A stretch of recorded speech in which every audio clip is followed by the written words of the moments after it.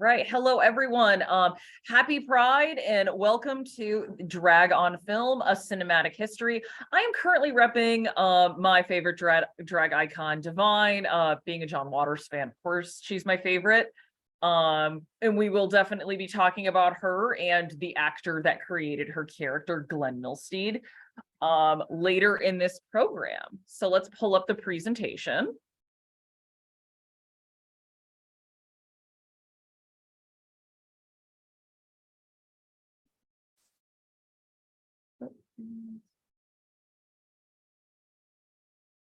All right.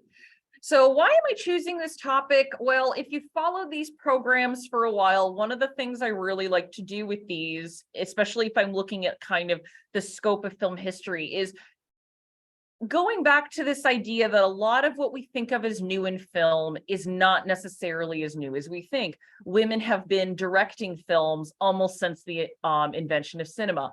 Black people have been involved with the film industry almost since the invention of cinema. And the idea of drag, even though the way some people talk about it now, it's like it popped up out of nowhere 5 years ago. Drag has been around for a really long time, and it's actually been on film since the silent era, although there's critiques of how it's utilized and what it's utilized for, and we will get into that. So I'm going to start with this up here. What is drag? So this is the basest of definitions, and drag is really, as an art form, incredibly diverse. So this is from Merriam-Webster: entertainment in which performers caricature or challenge gender stereotypes by dressing in clothing that is stereotypical of another gender, by using exaggeratedly gendered mannerisms, or by combining elements of stereotypically male and female dress, and often wear elaborate or outrageous costumes. So again, base level definition. I think most people, when they think of drag, especially right now, with all of the visibility thanks to stuff like RuPaul's Drag Race, which is probably everyone who isn't super into drag's reference point for drag. But drag is also way more diverse. On the far left, we have Sasha Velour. They are a gender fluid artist. They tend to do very more art drag. They have a number, you can look it up on YouTube, where they just portray a bat while lip syncing Kylie Minogue's "Can't Get You Out of My Head." There is Bob the drag queen, who will do the very traditionally ornate gowns, but will also, as they've put it, dress like their mom and kind of do the more, less ornate look. There's Lip Synca in the red dress, which drag queens, many of whom very known for lip syncing. Lip Synca is kind of, the grandmother of that. And on the right, you see Wang Newton, who is a drag king. And a lot of people, I think, when they think of drag queen, they just think a cisgender gay man dressing as a woman. And while, yes, that can be a drag queen, that is not all drag is. There are straight men who do drag. Matty Morphosis was on season 14 of RuPaul's Drag Race, the first out straight man who did drag on that show. Victoria Scone is a cis woman who is on Drag Race UK. And I'm also going to apologize in advance for using a lot of Drag Race references, because I just said Drag Race is not all drag, but most of the people who have been on Drag Race, they're big names, they're well-known performers, they might have a PR team. So they're good reference points for people. And I also I don't want to name people who are very well, not super well known, just in case anyone sees this and unfortunately brings some unwanted attention. So big name people only. But yes, there are drag kings, like, again, Wang Newton, Tenderoni. Landon Cider is actually just on the cover of Billboard with some other drag performers. There's also, it's not just glamorous, there is spooky drag. If you have Netflix, there is a show called Boulet Brothers Dragula, which is very based in horror drag. There is Club Kid, where it's all about looking kind of strange. There's, again, Sasha Velour does the more artistic, abstract drag. Drag is ultimately just about performance and kind of just being yourself. And another myth I want to dispel is that drag is inherently related to someone's sexuality, which drag is performance art. No, if I can quote Trixie Mattel, no one is putting on these clothes to get a good feeling out of them. If anything, they want to get out of their performance gear as soon as possible after they're done. And again, you can be any type of gender or sexual orientation to do drag. There are trans men who do drag. There are trans women who do drag. There are straight cisgender women who do drag. Hey, anyone can do drag. So that is my little spiel on it. I have friends who are drag kings. I have friends who are drag queens. So again, I do just like to say, as much as I love stuff like RuPaul's Drag Race, it is not the be all end all of drag. So what are the precursors to drag? So if anyone came to the History of Drag program last year, the presenter Meredith Heller did talk about cross-casting. So sometimes when people bring up drag, they'll go like, well, it's technically been around for thousands of years. And some historians who follow drag, like Dr. Heller, will be like, that's a yes and no, because they'll kind of do, they'll say there is a little separation between what went on the Shakespearean stage and someone, like today's RuPaul. So there were drag performers like Julian Eltinge, I don't know if I'm saying that name correctly, I probably am not, who is one of the first like real drag performers where his whole thing was female impersonation. Same with Barbette, and then earlier, unfortunately, we don't really have much photographic evidence, but William Dorsey Swan, who many believe to be the first drag queen in America. But if we're going prior to drag and talking about the theater, stage was full of cross-casting. So most famously, people bring up the Shakespearean stage. People, the powers that be felt, oh, women can't possibly handle being up on stage. Oh, we got to have men play these parts. So, Shakespeare, all men were playing the female roles. If you saw Romeo and Juliet back in the day, you were seeing two boys on stage. Only one was dressed as Juliet and one was dressed as Romeo. And actually, the fun thing about Shakespeare is the way Shakespeare wrote his plays, he always wrote them so people could do whatever they want. So we're still kind of seeing these cross-casting things with Shakespeare.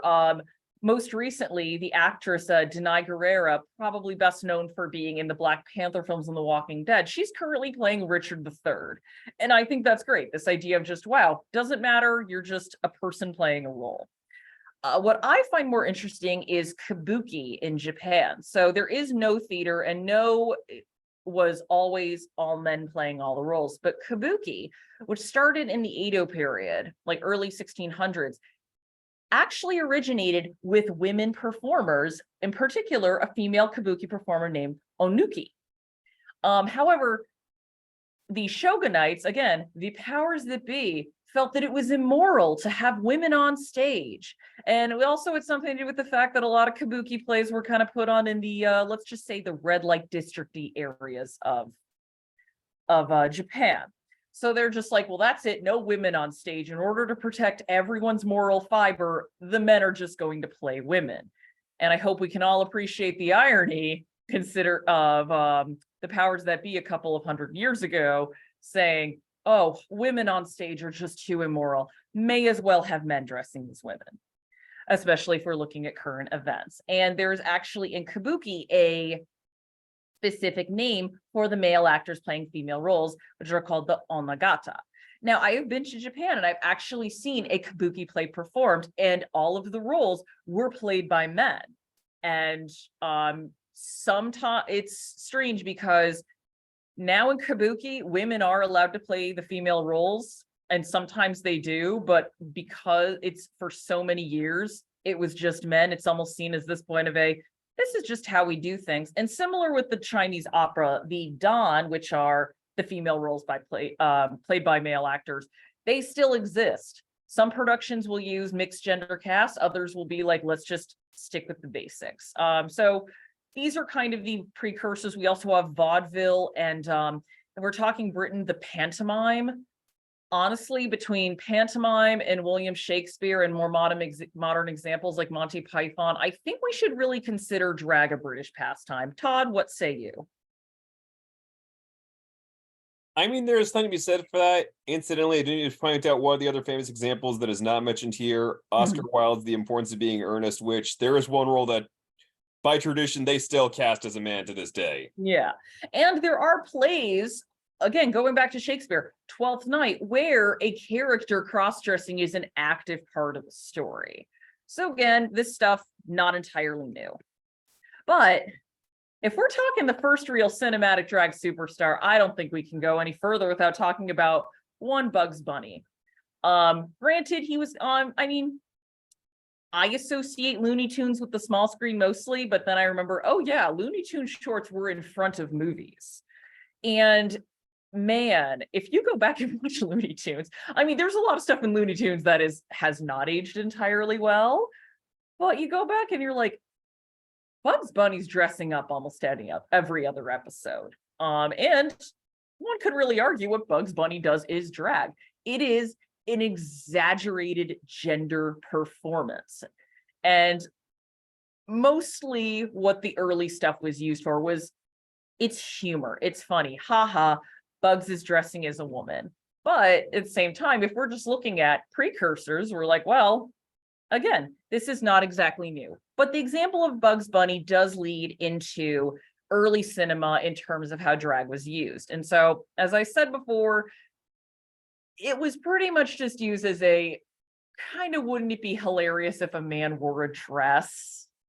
And it kind of begins and ends there with a lot of the film. So the image you're looking at here is Charlie Chaplin. That's right, Charlie Chaplin donned drag on multiple occasions in the short film A Woman, I believe, otherwise known as an honorable woman. It has a couple of different names. That is actually A Perfect Lady. I'm sorry. So this is a 1915 short where Charlie Chaplin, as a man, spots this nice girl in the park. Father chases him away. He tries to go over again. Gets in a fight, goes to change his clothes, and then he sees, lady's outfit. And he's like, wouldn't it be funny if I wore this? And it just goes from there. There's nothing incredibly subversive happening here. It's just, again, the base level, wouldn't it be funny? Same with the Harold Lloyd comedies. Although Spitball Sadie, the premise is funny. He keeps saying, oh, I can get this hot shot softball star on the team. He can't get her. And he's like, well, I guess I'm going to have to impersonate her. Disguise drag is also something we see just throughout the decades here. And we'll get into disguise drag a lot more, but it's really just pretty much, oh, I need to solve a problem. I better just dress as the opposite gender. And we see that in the I Don't Want to Be a Man, which is a young woman is like, I just want to have fun. And if anything, that could be seen as a little bit more subversive because it's poking fun at the fact of this woman is like, well, what a woman's idea of fun isn't great. I want to go do what the men are doing. And then we go to Rowdy Ann, which is it's a product of its time, but look through the lens now is a little bit depressing. A woman who is very butch, a very masculine looking woman. Maybe you wouldn't even consider it drag, but definitely unconventional for the time. But she's tamed by marriage and becomes feminine. So again, I wouldn't say much really subversive. It's very telling that, Todd, can you pronounce the Ernst Lubitsch's name? I cannot pronounce German names for the life of me. Actually, I think you got it. Oh, well, good for me. I finally did it. It's probably the one that would come the most to maybe trying to say something. And also, as I noted up there, the drag performer, Julian Eltinge, he had a number of silent films, and The Countess Charming was his major success. But again, nothing here too groundbreaking, but if we're looking for proof that this isn't a new thing to see in cinema, we have it right here. When we move on to the 20s and 30s, there's still a lot of the disguise drag here, but it's definitely a little, I would say there is more depth. So movies like She Goes to War, Sylvia Scarlett, there were a lot of films where women were dressing up as men to either,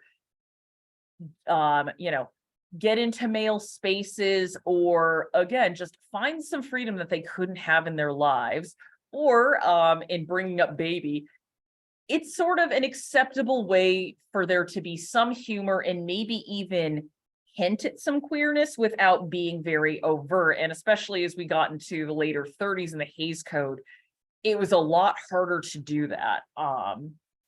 But the most the probably the best one to come out of this, and a movie I didn't know about until very recently. I've known about the remake, but I did not know about the original Victor and Victoria, which was the inspiration for the great if you've never seen the 1982 Blake Edwards Victor Victoria, I'd highly recommend it. This is potentially unpopular opinion, I think that is my favorite Julie Andrews performance. She is so different in that movie, and I think most of us, especially if you're younger, we know her as Mary Poppins and these Sound of Music, these very pure and pristine roles. And seeing her in a role where she gets to actually play a more fully rounded adult and be a little racier, it's like, oh, it's a whole new dimension to this actress. But that film was actually inspired by a 1933 German film. And I think if you've seen Victor Victoria, there was a stage play, there was a film. It's a woman who's a performer. She's not making any money as a female performer. So she goes, well, I'm going to impersonate a man impersonating a woman. This is taking disguise drag to a whole new level. But it's also one that kind of explores this idea of, yes, drag is a novelty. And if anything, being a novelty act is a little bit easier of a way to make a name for yourself than actually just acting as yourself. And there is a recent example of this. Courtney Act, she's an Australian drag star. She was on season 6 of Drag Race. She talked about, being a singer. Well, she's a cis man in real life. So being a singer, going on Australia's Got Talent as a man, not making it, but had dabbled in drag. So they decide, I'm going to go back as Courtney Act, and ended up getting on the show. So movie that kind of goes into that, but it also kind of goes into this idea of attraction and gender not being mutually exclusive. It kind of looks at that idea of, a love outside of heterosexual norms, as it were. And this might be a movie that seems a little shocking that it came out in Germany, because if we know anything about Germany in the 30s, one of the first people the Nazis came for were queer people. In fact, if you've ever seen a picture of the massive Nazi book burning, that is them burning materials from an institute that's researched queer people and trans people in particular. So they were heavily targeted by that, but this came out a few years before that. But movies like this were movies that were things that the Nazis pointed to as signs of decadence, and it's immoral to society, it's not good for children. It's a movie you look at now and you're like, especially with the context of knowing about 2 years after this movie comes out and is made, it would almost be illegal to make. But highly recommend seeking this one out. And if you can't seek it out, I would absolutely recommend Blake Edwards' Victor Victoria. Moving on to the 40s and 50s. So little harder to find some of these movies in America in the 40s and 50s because we had the Hays Code. And if you're not familiar with the Hays Code, that was a sort of not quite a precursor to the Motion Picture Association and the rating system, kind of yes, kind of no. What the Hays Code was a sign of basically moral guidelines, things that could and could not be shown in movies.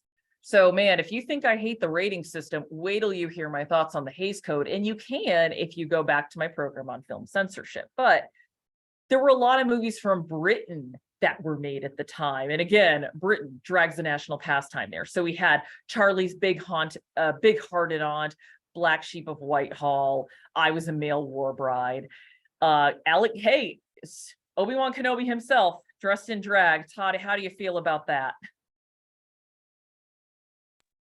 I'm sure he'd appreciate us remembering that he was more than just Obi-Wan Kenobi. Probably. But we also have Ed Wood's Glenn or Glenda. So exploitation films are one of the places where people are able to explore this with a little bit more depth than just comedy, because the exploitation films kind of didn't really go past the Hays Code. I don't know, maybe Hays himself looked at them and had a heart attack. We also had the film Boy, What a Girl. This is a race film, and in some cases, race films didn't really go in front of, didn't really conform to the Hays Code either, because in many cases, they weren't shown in theaters that were mostly made for white people. But this is a Black actor playing a Black man, but also playing a woman. Can almost look at this as a precursor to like the Martin Lawrence, Eddie Murphy type of thing. And then there's White Christmas, which I actually did not remember this. I've actually only seen that movie one time. Christmas movies are a real blind spot for me. I mean, my favorite Christmas movie is Gremlins, but White Christmas, there is a brief scene where the two male stars are like, oh, the sisters can't go on. How do we pay them back? We'll perform the number for them. But it's still ultimately, again, kind of just the comedy of, can you imagine a man in a dress? And there is this quote from the book of the Queer Encyclopedia, where so actually, there we go. Never mind, I'm going to bring it up the next slide. But it finishes off with Some Like It Hot, which is oddly enough considered the film that ended the Hays Code. And that is Billy Wilder's comedy, and I would still say one of the greatest comedies of all time. So we're back to disguise drag. This time, there's two musicians, the great Tony Curtis and Jack Lemmon. They see a mob hit. They have to get out of Chicago, but they're musicians. They need a musician gig to get out of Chicago. I mean, it's a movie. They can't just leave. It's also during Prohibition. So, you know, they've got some reasons to stay, reasons to leave. But they, you know, like, oh, the only gig to get out of town is this all women's orchestra. We're going to have to disguise ourselves as women to get out of here. And it works. I mean, it's black and white, so it's probably a little more forgiving for them to be able to pass. And they end up going to Florida. They end up performing, and Tony Curtis ends up falling for Marilyn Monroe. And Jack Lemmon ends up catching the eye of an old widower, which leads to one of the most famous endings of all time, where Jack Lemmon just confesses, "Look, I'm a man." And the widower just says, "Nobody's perfect," which for a 1959 film to end that way is very groundbreaking in many ways. So why is this film one to spotlight? Because on its surface, it does seem a little your typical disguise. Wouldn't it be funny if men were in dresses? Well, and actually some people do feel that way. So this is from the book, The Queer Encyclopedia. And this is about the continuing treatment of transvestitism as comedy. So some outdated language from this book, but I like this quote. It says, what can be called the transvestite plot wherein heterosexual characters must temporarily cross-dress in accordance with the narrative contrivance, only to be happily unmasked by the conclusion, may be seen today as, by turns, quaint and coy, playful or conservative, potentially subversive or ultimately homophobic. But what it goes into, what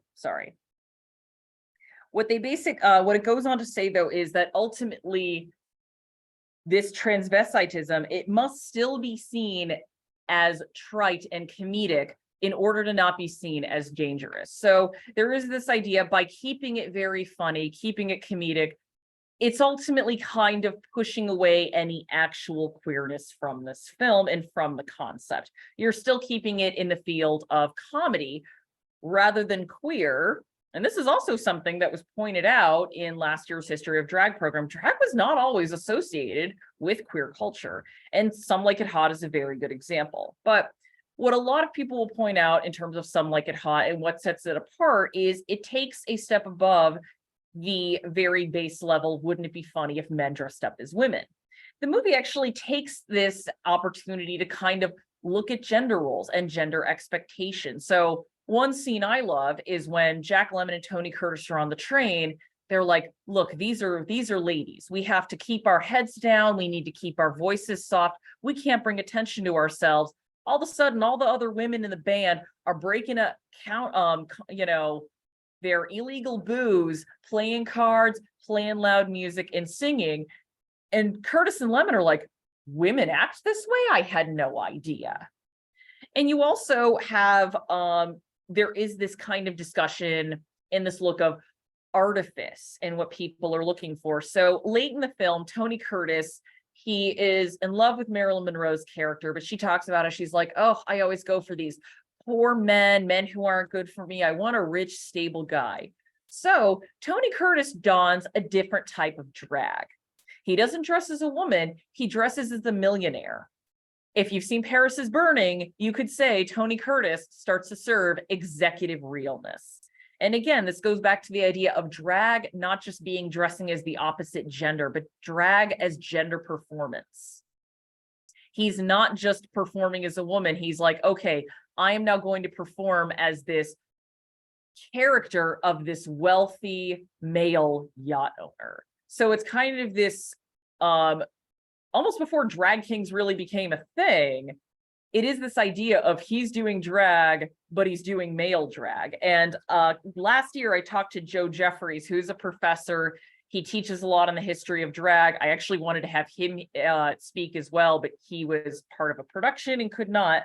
But he talked about, when he talks about drag to his students, he's like, well, if I go out in a tuxedo, I'm technically in drag. I am performing this expectation of a male gender to be extremely dressed up and high class. So rather than just looking at it as wearing the opposite gender's clothing, this movie does, in a way, kind of show you that drag and gender performance have other layers as well. And the idea of, isn't what we're all putting on in some way just a performance? So now we get into the 60s. The 60s is where it starts to get more overtly queer. So if Some Like It Hot kind of skirted the line, especially with the Jack Lemmon and Old Widower story, the 60s just says, we're here, we're queer, everybody.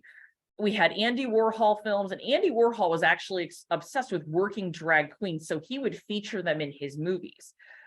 We had films like Flaming Creatures and Blonde Cobra, which were these underground filmmakers who, again, either dressed in drag on their own for the sake of shock value or just sort of exploring gender in their own way, or would film other drag queens. And we had two Japanese films. The first is An Actor's Revenge, which is about a actor who plays female roles in films. And I wanted to highlight the film A Funeral Parade of Roses, which is the debut of this Japanese star called Peter, or it's often spelled in Japanese P-I-T-A, Pita. He is an androgynous Japanese star. I've seen him use he and they pronouns. If you've ever seen him in any film, you might remember him from Akira Kurosawa's Ron. He's in that as well. But this is his debut, and because he had such an androgynous look, he would often play transgender women on screen. And now I would be the first person to say, drag does not equal transgender. Trans is who a person is, drag is just performance. And again, there are trans people that do drag, but this is, I think, notable to note as a debut. And then there are films like Psycho and Homicidal, which unfortunately kind of helped popularize the crazy crossdresser trope. But the movie I'd like to highlight from the 60s, and I've highlighted this before, is this 1968 documentary called The Queen, which was almost thought lost for a while until someone found a print and restored it. And it's actually, I think, still on Netflix. But 1968, this is about a drag beauty contest, which the Miss All America Camp Beauty Contest. I feel like I could enter that. I like camp, and I look campy a lot of times. But this is a film where, again, keep in mind, 1968, it's not just drag queens. There are many of the queens featured here are trans, most notably Crystal LaBeija, who you see up front. And there's that talk about social, like socioeconomic differences, racial differences. At the end, when a white queen is crowned, some of the other queens are like, well, of course she gets crowned because, there's always been that discussion of whiteness being held as the standard of beauty versus people of color. And it's one where, for an 80-minute documentary, it covers a lot of ground. And it's the first time I think maybe any audience member who wasn't in New York and seeing drag shows might have seen any kind of a film portrayed drag queens as people rather than a punchline. So before we move on to the 70s, I did want to highlight television for a bit because, again, going on my theme of this has always been here, we had people like Flip Wilson and Milton Berle. In the 90s, we had Living Color in Martin, Kids in the Hall, Saturday Night Live. Like, cross-casting and gender bending has often been used. And yeah, it's for comedic effect, but again, it's one where it's like, you can't say this is new, everybody. And as some people have pointed out, a lot of us grew up watching this and turned out fine. You can't suddenly pretend this is a problem. Monty Python is a case I always love because that's especially a show that gets accused of making fun of women. And I don't think it does. And Todd, would you like to elaborate on that? Because I think you're actually more well-versed in Python than I am. I think the best way to put it in the case of Python for a lot of time is it's more of they have me playing a character that just happens to be a woman. Like the most famous example of this usually is it's when Terry Jones would play a character who was basically it'd be like a broad version of like the surly British fishwife. And even in the very first episode, they kind of acknowledge that that's kind of the bit where they have like a fake commercial of 9 out of 10 fishwives can't, like 9 out of 10 wives can't, housewives can't tell the difference on. So they look at me like, you're doing all those ads that are basically making us look like fools, huh? You try that stuff around here again, we'll slit your face. Well, and Monty Python made fun of every British stereotype known to man as well. So you can't watch that show and just single out when they did the fishwives. Oh, yeah. And also, I would like to point out, because he was recently paid tribute to by Trixie Mattel as a drag superstar, Roger from American Dad might be, outside of the drag race empire, the biggest drag icon out there right now. I mean, to be fair, Roger's an alien and he wears disguises a lot, but if we're just looking at drag as a way of performing gender, that is all Roger does. So again, drag superstar, and I don't know what they have to do to make this happen, but somebody needs to write to World of Wonder and give us a night of 1,000 Rogers. Seth MacFarlane would probably gladly guest host. We're moving on to the 70s, so we're finally getting to Divine. I wore my teal blue eyeliner in her honor. I couldn't figure out how to do her brows, but I never have the patience to do drag makeup. I usually quit 2 minutes into the tutorials because I'm like, busy. But John Waters makes his debut with his muse Divine, aka Glenn Milsteed. So we have Multiple Maniacs, Female Trouble, and Pink Flamingos. So I will say, if you've watched my programs, you know I'm a huge John Waters fan, but you'll also know I would say tread very carefully with his 70s work. It is not for everybody. Maybe Female Trouble's the most accessible, and even that's a big if. But if you know about how Divine became a superstar, especially in the 1980s, you cannot deny the impact of these films. We also have Cabaret, which again, you might be going like, Liz, why are you highlighting Cabaret? Well, I say look at Joel Grey's character. Can you tell me Joel Grey's character does not look like a drag king? Again, it's not just dressing as the opposite gender. It is doing gender performance. And his character, this fey, like little Emancy, is absolutely something that I think falls under the drag umbrella. And we also have La Cage aux Folles, which is the inspiration for the Birdcage. And honestly, I'll get to the Birdcage, but I'm going to say it right now. And I think, Todd, you agree with me? The Birdcage is the better of the two movies. Overall, yeah, I mean, La Cage aux Folles is still we're seeing, but I feel like the Birdcage in general, especially nowadays, I feel like it overall holds up better because some of the race politics in La Cage aux Folles are, you gotta take it in its context. Let's leave it at that. Iffy racial politics in French films, well, I never. But the one we really have to talk about, I don't think you can think of drag in the 1970s without it, is the Rocky Horror Picture Show, aka, for me, the first real movie that was very overt in drag, very overt in its queerness, that was completely okay for me to watch as a teenager.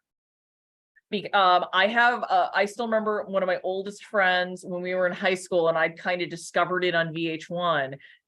We're like, oh, let's rent it so we can watch the whole thing. And his mom actually rented it for him because she's like, oh, I saw this movie in college. I love this movie. So yeah, we're 15 years old and just being like, wow, our parents are letting us watch this. Far cry for the days of no, Liz, you can't check out Pink Flamingos. Although my mother was right to not check out Pink Flamingos for 10-year-old me. She was making the right choice. But for a lot of people my age, this was our gateway into seeing drag as not just something funny, but like, again, actually associated with queerness. And also, I think everyone looked at Tim Curry in this movie and is like, I don't know what he has going on, but he has it going on. I mean, Tim Curry is so iconic in this role. I think there's a reason they've never really remade this movie.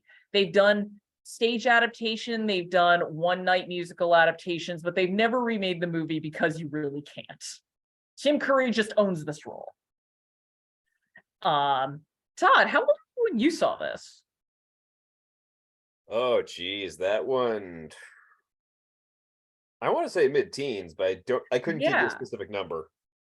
Well, again, if we're looking at a climate now where people are clutching their pearls at the word drag even being mentioned within their like 17-year-old child, I'm like, I watched the Rocky Horror Picture Show. I turned out A-okay, everybody. Don't worry.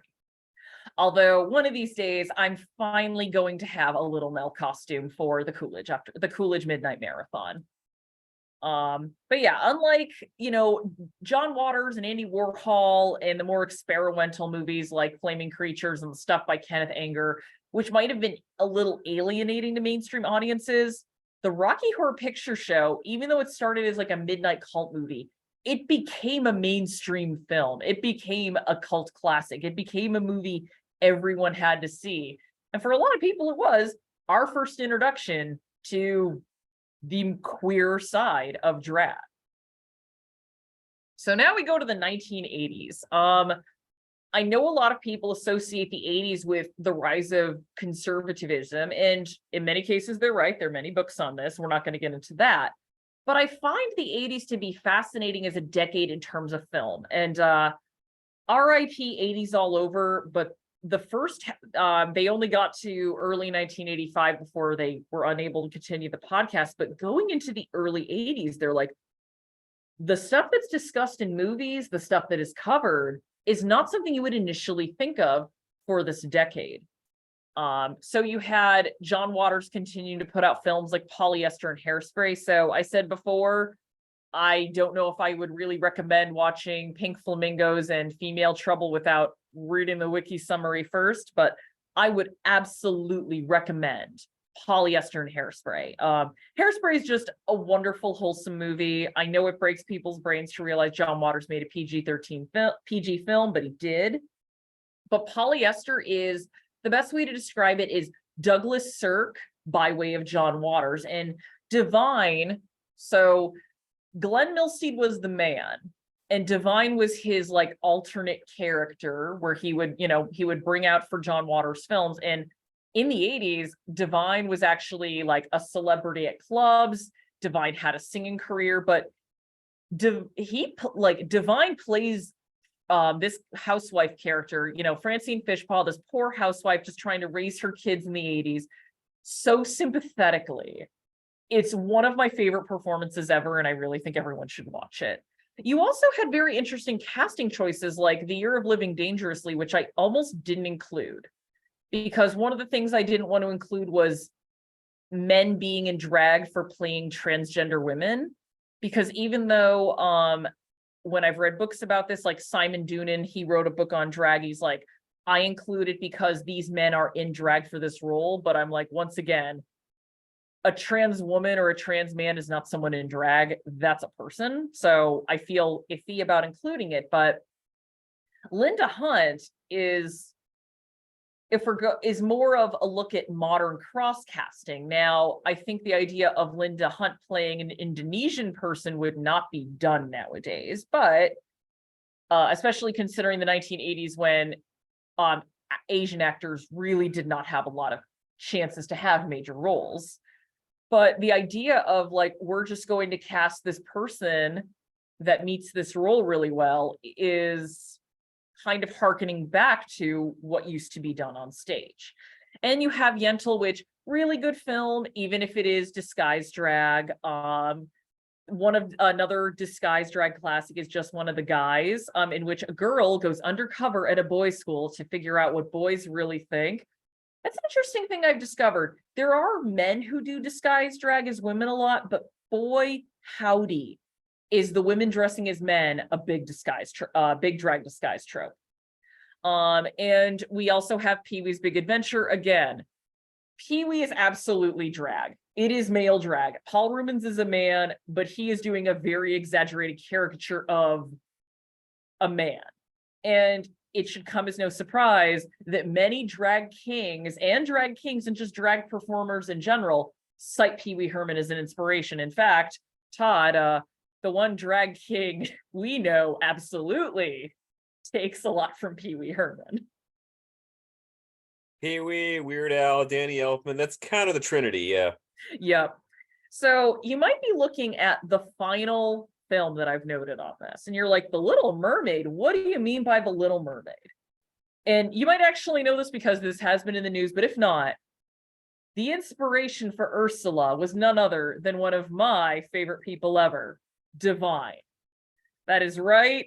Ursula's inspiration, right down to those big eyebrows and the teal eyeshadow, was John Waters Muse himself. And I would say, look at that picture on the right and tell me that is not Ursula. Ursula in real life. I think NBC News did a story on it, and I think their headline was how a little known drag queen became the inspiration for Ursula. And a lot of us were like, little known to you. I mean, we've all known this for years. And it was rumored for years until I think recently just the filmmakers came out and said, yeah, she was our visual inspiration. And I believe they even got Pat Carroll because they wanted her to have that gravelly voice that Divine had. So even in kids' movies, drag sometimes finds its way in. Although thankfully, Ursula did not act like Divine in some of John Waters' movies, because even I would say that's a bridge too far for the children. But before we move on to the 90s, we're going to talk about Tootsie. So some things about Tootsie, well, it may be a little kind of tired now to see a movie where it's like, oh, a man realizes that women are people and maybe he's not treating them well. Keep in mind, Tootsie was made in the early 1980s on the heels of the feminist revolution and really upending how men and women related to each other. So it was a film that resonated with people, and that it was why it was the second highest grossing movie of 1982. I do not think that would be the case for this movie to come out now. The only movie that bested it was E.T., and E.T. was a juggernaut that year. But the plot of Tootsie is an unemployable actor, Dustin Hoffman, who apparently, Dustin Hoffman kind of playing himself. I did not know that apparently he was very difficult behind the scenes, but the more you know. He needs a job. And initially, his friend, she goes out for a soap opera role, doesn't get it. And he decides he's going to dress up as a woman, more to dress down the casting director than anything. But he ends up getting the role. And his character, because he is so belligerent, he decides, I'm not going to let this female character get walked all over. This female character is going to be assertive. She's going to talk back to the men. She becomes a feminist icon of the early 80s. But the other half of this is he starts to really fall for one of his co-stars, and he sees how poorly she is being treated by the director. And he kind of learns, rather than being bullheaded, he learns to actually be tender and patient. And at the end of the film, when he talks to Jessica Lange, he says, I was a better man when I was a woman with you than I was as a man. And kind of that idea of him saying, like, I've learned my lesson. I'm going to try to be a better person now. And again, that's how this movie, again, avoids the just falling into the, wouldn't it be funny if a man dressed as a woman trope? Because it actually uses drag to explore these gender dynamics in the 1980s. Again, you have this guy being on the other end of on the receiving end uh, of the gender dynamics, and kind of seeing another side to acting that he never saw as an actor. So he was always this belligerent guy who could push people around on set to the point where people didn't want to work with him. But he sees that the actresses, they feel they have no power whatsoever. They just want to keep their jobs, and kind of realizes like, wow, I've never even considered this. Also, fun fact, Gina Davis's screen debut, as you can see right there, she doesn't have many lines, but she's still funny in what little she has. And really what has been the most fascinating in this program is seeing what drag is used to explore rather than just how well the costumes look and the makeup looks. So unfortunately, we do have to take a detour into the crazy crossdresser trope. So I mentioned Psycho, I did mention Dress to Kill, and this is an unfortunate trope we see in films. Basically the idea of the killer, the perpetrator of violence, is actually this crazy man who's dressing as a woman. We see it in Psycho, we see it in Dress to Kill. There's also campier, grungier films like Homicidal, sometimes Aunt Martha Does Dreadful Things, there's Sleepaway Camp. And some of these movies even try to ascribe some kind of diagnosis or explanation, even sympathy for these characters. If you've seen Silence of the Lambs, there is the whole conversation between Clarice and Hannibal Lecter saying like, oh, Buffalo Bill is not a transgender person. He just hates himself, kind of saying the look, we know that they're fine. He's not one of them. Whereas Dress to Kill, again, there is some sympathy to Michael Caine's character. It's like, oh, he's so trapped, he just explodes in violence. But it still helps further this idea that is still around today, that people who are queer or queer coded are inherently more dangerous, especially more dangerous to women. And again, in a vacuum, it does make for a good twist. It's a twist nobody saw coming in Psycho. But if there's no other representation of people who do drag or are trans on screen, and that's the only thing people see, well, that's how some people get these fears of, oh gosh, a man's going to dress as a woman just to try to kill me, even though that really doesn't happen in real life. And I would actually say, for a more in-depth look at this, if you're familiar, there is a video essayist called ContraPoints on YouTube. She did I think it was last year, a long video on J.K. Rowling in which she discusses this trope, because this was in J.K. Rowling's newest 1,000-page book.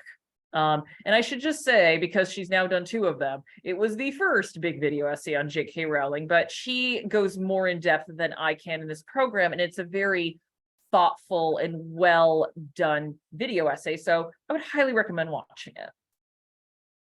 So we're on to the 90s. The 90s, we also see the birth of new queer cinema. So where the queerness has been kind of somewhat in your face, but not too much, and then it goes away a little bit in the 1980s. The 90s, it just comes back. It's the we're here, we're queer. Get used to it. So it opens up with Paris is Burning, the great documentary about ball culture in New York City in the late 80s, early 90s. You have Orlando, which is, if we're going back to cross-casting, a very cool film in which Tilda Swinton plays characters that really transcend gender. We have the 1-2 feature of Priscilla, Queen of the Desert, and To Wong Foo, Thanks for Everything, Julie Newmar. To Wong Foo is one of my favorite films, and one of the reasons I love that movie is it's drag queens on a road trip, their car breaks down in Nebraska.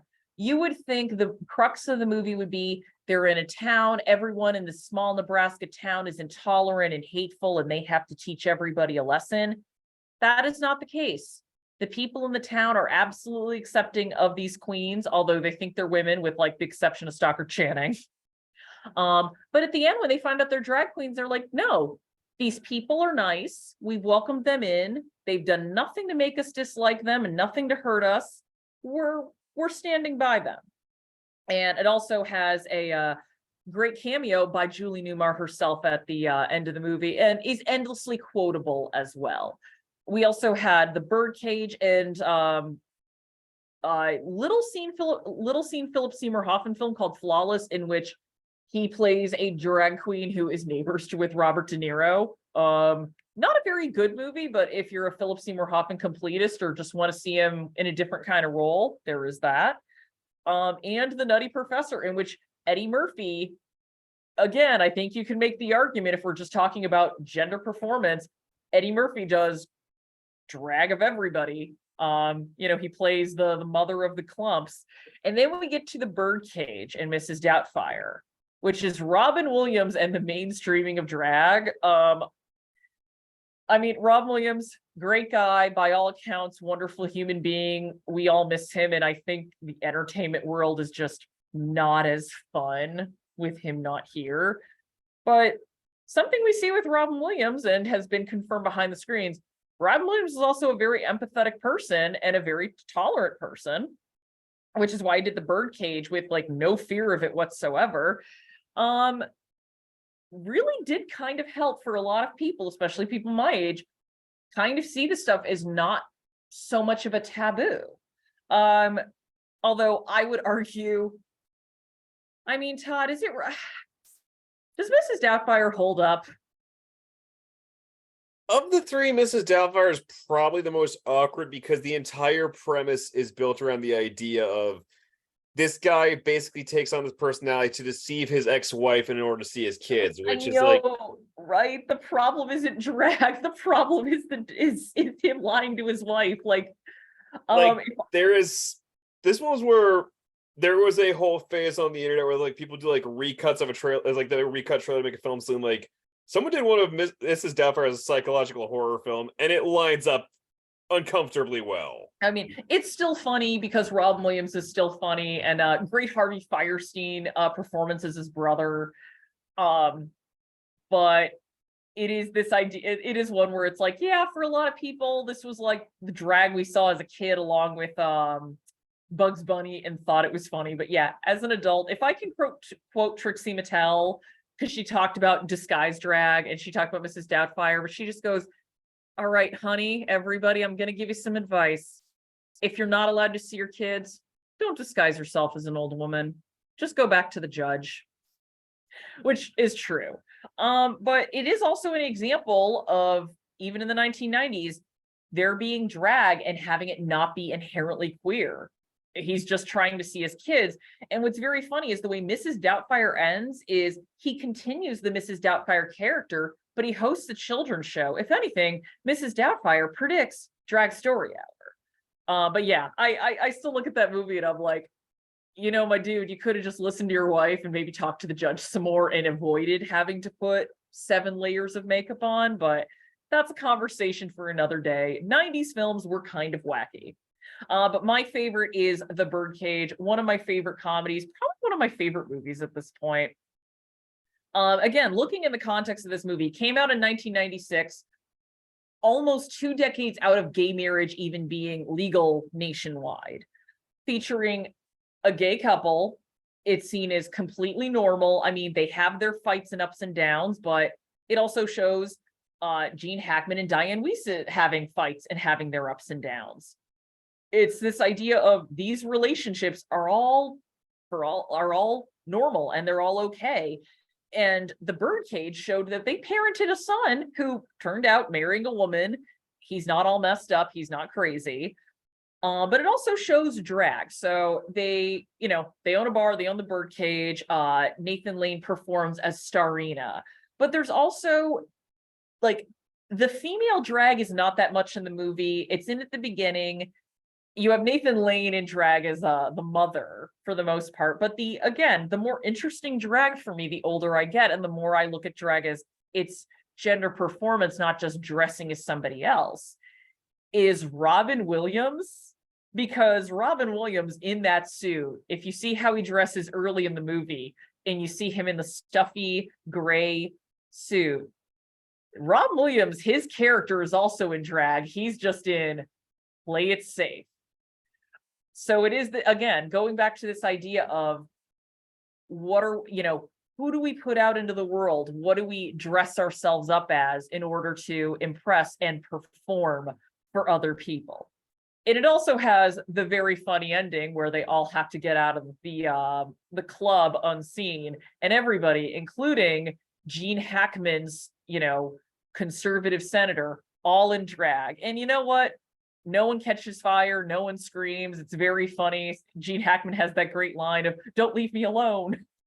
And then it ends on a wedding. But again, it's really hard to believe that a movie like that came out in 1996 and was not only one of the biggest hits of the year, it was #1 at the box office 3 weeks in a row. And also an R-rated comedy, which I don't think we see much of those anymore either. Gosh, Todd, I miss movies for adults. I say this as we saw Across the Spider-Verse twice already, but still. I mean, the R-rated comedy is slowly making a comeback. That's true. So we move on to the aughts, and the aughts is an interesting time. Post 9/11, film and culture as a whole got weird. There was almost this reverting to stereotypical roles. We saw a lot more roles of like the big, tough, strong men protecting the families. And it was something I think a lot of people desired at the time. But there was also a lot of drag that, rather than being kind of a way to explore certain things and subvert some expectations, it went back to the ye olden days of wouldn't it be funny if a woman wore a dress? So you have Big Mama's House, which I'm ashamed to admit I saw in a theater and I thought it was funny when I was 13 years old. Sorry, everybody. You had Sorority Boys really playing which is just 3 boys who get kicked out of their fraternity and they're like, well, I guess we join a sorority, time to dress as women. It's really not a good movie. I think I saw it a sleepover one time. White Chicks is a little more interesting because it does kind of play with racial ideas and the idea these. So you've never seen White Chicks. 2 Black FBI agents, in order to catch somebody, they have to pose as white women. So it's also this idea of kind of getting back for the years of blackface, but it also goes into their kind of lampooning the white standard of beauty. So there's some stuff in it that is interesting, but it's still, I wouldn't call it a Criterion worthy masterpiece. But there are some good movies in there. Kinky Boots is a lot of fun. If you haven't seen the musical, it's also a ton of fun. That is which a drag queen helps a guy who inherits a shoe factory save a shoe factory by saying like, hey, make heels for drag queens. You have a built-in customer base. We did see Hairspray adapted again. This time it's an adaptation of the musical, which I actually think the Broadway musical is great. Connie and Carla, while not a good movie, is interesting because, as I said before, cis women can be drag queens, and these are Nia Vardalos and Toni Collette doing the Let's Pose as Men who are drag queens. And She's the Man, which is an update of 12th Night. And that's Amanda Bynes, who, I don't know what happened to her, but she, again, has to go undercover as a boy. But the one I really have to, actually, I'm going to point out, I'm Not There for a Bit. That is a Bob Dylan biopic by Todd Haynes. And that is just, again, more of a cross-casting thing. Most notably, Cate Blanchett plays a version of Bob Dylan. But again, this idea of let's just cast people who fit the role and eschew gender altogether. But I really don't think we can talk about the aughts and talk about drag without talking about arguably the biggest drag superstar of the decade. And that is Tyler Perry. Again, remember when I said drag is not always inherently queer? I don't think there's any better modern example of this than Madea, because I don't think you can look at her as anything other than drag. It's an exaggerated performance of a female, like an old church lady. And that is what Tyler Perry intended her to have. He's like, I based her on the aunts, the older women in my life. I, exaggerate her a bit for comedic effect. And I'm like, that's a drag performance, honey. I don't think he would call it that. He would say Madea is just a character, but most drag performers will tell you their drag persona is that. It's just a character. It's nothing else. But the backstory of Madea is so interesting because, again, by the aughts, drag was almost exclusively associated with the queer community. Madea, the character, was born out of the church world and the stage. So Tyler Perry, before he made films, made stage plays for the church crowd. And Madea is kind of his, not quite Greek chorus, but the reoccurring character in all of these stories to help deliver the moral lesson of the plays, but also help deliver a laugh and lighten mood. And for a while, she was the most recognizable face of drag in the aughts. And there's actually a great article I'd recommend looking up from the Georgia Voice, which is a queer publication in Atlanta. But it is talking about the idea of, is Madea drag or not? And I liked this quote. I mean, you can call it what it is. You can call a spade a spade. If you see a dog, it's a dog. If a man dresses as a woman for his job, he's a drag queen. And again, probably the biggest drag star in America, especially in the aughts, until 2009, when a little series premiered on Loco called RuPaul's Drag Race. And that changed the landscape of drag for better or for worse from then until now. It really didn't hit its peak until the mid 2010s. I think once it hit VH1, it truly became a phenomenon. But this show, and I have my own critiques of it, has launched so many drag queens into mainstream success that they wouldn't have. And RuPaul had been around since the 1980s. If you saw the 80s slide, she was doing movies back then.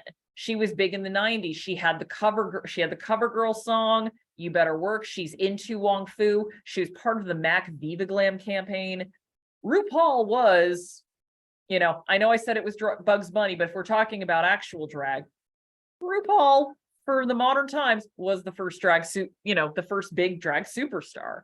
And I know for someone like me, the first real drag queen I knew of. I think same with my parents, but actually, wait, no, again, my mom saw Rocky Horror, but RuPaul and Drag Race have helped give drag a lot more visibility than it had ever previously had. And now, rather than actors playing drag queens or actors getting into drag performers are getting their own vehicles, be it a documentary like Moving Parts, which I'd highly recommend. It's a great documentary about Trixie Mattel. You'll get comedy specials like Bob the Drag Queen, or Jinx Monsoon, who just got off of a run on Chicago on Broadway. And Ben de la Creme had a holiday special on Hulu. Or Bianca Del Rio gets Hurricane Bianca, which I'm going to say this, Hurricane Bianca is not great art by any means, but Bianca Del Rio is hysterical and makes it work. If you are not familiar with Bianca Del Rio, she's essentially Dawn Rickles in drag. And my goal is to go to one of her shows and to get her to make fun of me. I can live to dream. So, and again, I have my qualms with Drag Race. I think, as I said at the top, I think its definition of drag is still very narrow. And a lot of the people that go on that show that can't really fit that mold tend to not do well on the show. And in the past seasons, the race to have a more and more expensive wardrobe is actively not good for queens. I don't think any performer should go on to debt just to get on a show at the chance of fame. But it has also given a lot of visibility and a lot of education regarding drag. I think a lot of people wouldn't even know too much about what drag is if not for Drag Race. And it's given us a lot of visibility for really talented performers. I think even if you don't like RuPaul, there have been a lot of people that have come out of Drag Race that have been great. Even Willem was in A Star Is Born briefly as a drag queen. So instead of just saying, oh, let's just get this male actor to go in drag, it's like, hey, we have actual drag performers, why not call them? Sadly, that did not extend to the Little Mermaid remake. I still contend we could have had Eureka, but beside the point. Sadly, though, the visibility has yet to really reach people like Drag Kings. It is getting a little bit better. Again, Landon Cider just... I love that name so much, although it's such a blue name. is on the cover of Billboard. So hopefully that's going to start to change. And Wayne Newton was profiled in the New York Times recently. But still, we have yet to really see drag kings kind of get the representation of media that we have had drag queens have, or just, I would say, drag performers that don't necessarily have a very feminine, a feminine presentation. But it's it's getting better, and the most I can say is I hope it gets better. Todd, what have you seen that has drag queens in it in terms of cinema? Because I know you watched one of them. Well, I mean, so far the obviously interesting guide, both the Birdcage and La Cage aux Folles, Rocky Horror. Mhm. Again, if we want to count that weird gray area of Mrs. Doubtfire, which again, that's the one where I look back, it's like, oh, that's awkward. Yeah. Although you wait, no, you and I both watched the Ben de la Creme, Yeah. the Jinx and Ben de la holiday special. Which, if you are a dairy patron, we do have that here. They did release it on disc, and it came out in 2020, during the pandemic. And I don't know if it was the pandemic or it was really that funny. I think it's both, but something about Ben de la Creme talking to a talking eggnog just made me fall off the couch laughing. I mean, we've seen him live since. We know that he delivers. Absolutely. But if you like your holiday fun to be a little bit funny, but also a little bit raunchy, highly recommend the Ben de la Creme and Jinx Monsoon Holiday Special. And in terms of acting, I would say Jinx is probably the one that's getting to be just the actress. So she was on Chicago as Matron Mama Morton. She's going to be on Doctor Who as a character. And I think she mentioned she's going to be in a film. And Jinx always said, I just want to act. I love doing drag, but I like acting as well. So she might be the first drag queen since Divine to really make that kind of a leap into becoming a full-fledged cultural icon. Because Trixie Mattel, while I think she's probably the most famous Drag Race alum at this point, she has said it herself. She goes, she's not an actress. She is a performer. She sings and she does comedy, and that's it. So, does anyone have any questions? And yes, one of my favorite moments from To Wong Foo. Again, if you've not seen it, absolutely wonderful little movie. And stop sharing. All right, any questions, anyone? Or does anybody have any recommendations? I like your earrings, by the way, Liz. Oh, thanks. They're chainmail, although I'm pretty sure they made noise the entire time. They're also heavy. I was just going to say, they look heavy, actually. Yeah. They are. Not the heaviest pair of earrings I own, actually. Wow. I think my Hausu cat earrings win that round. They're pretty. Those I have to take out every now and then if I wear them here. But yeah, if I had to pick like any movie, I'd recommend just like if you want an intro, I would say if you want just a great movie that uses drag as a plot device, I would say Some Like It Hot is probably still the gold standard. But if you want a great movie that is actively about drag, I would say the best introduction is To Wong Foo, Thanks for Everything, Julie Newmar. And it's just such a heartwarming little movie too. It's just, it ends with everybody being happy and it's like, yay, love and acceptance for everybody. And I'm like, this is great. I love this. And honestly, I'm going to say it. Patrick Swayze, Wesley Snipes, John Leguizamo all look pretty darn good in drag. So is Julie Newmar a big gay icon too? I mean, no, Cher is, so. Yeah, actually, if you'd like to see a good Cher impersonator, look up Chad Michaels. She is probably the premier Cher impersonator, and she's amazing. Julie Newmar is, I mean, I think any big female actress from like the 60s and 70s has a little bit of a gay following. Mainly just again, it's or any big actress that had, I think this pizzazz or a little like pizzazz and some forcefulness around, because you have Eartha Kitt's a big gay icon. We have Cher, Joan Crawford, clearly a big gay icon, but also Faye Dunaway is a gay icon. Really? Wow. Yeah, well, I think a lot of it is there is, especially for performers, there is the performance aspect. So if you get either someone who you can mimic with makeup or mimic with your performance. I think that's what people go for, but I don't do drag yet. I mean, who knows? I'll probably do it eventually. I'm already workshopping a name, Lizzie Cacklin. So, as far as the icons go, one I'm actually surprised you didn't mention, What? the Golden Girls. That was, well, again, if we went into television, that could have been a whole other program. Well, I meant just now in your answer on that one, but Oh, you're right. Well, yeah, which going back to Drag Race, someone only recently did Be Arthur, and I'm like, this show's been on for 15 years. How did it take us 15 years to get a Be Arthur on here? But you know, as far as film goes, the only thing which we kind of skipped over that I would have mentioned in Paris is Burning, but again, documentary. So I did mention it briefly, but again, that's also one where it deals with drag, but also a lot of other things, and it also is a little sadder of a movie. I mean, definitely still worth seeing. Just you're gonna want to chase her after that. There's joy, but if you have not seen Paris is Burning, it does go into the realities of what it was like to be a queer person who didn't have many means. So there were people that resorted to sex work. There were people who were estranged from their families. One person who was a sex worker to make ends meet ended up being murdered. And it's heartbreaking to see.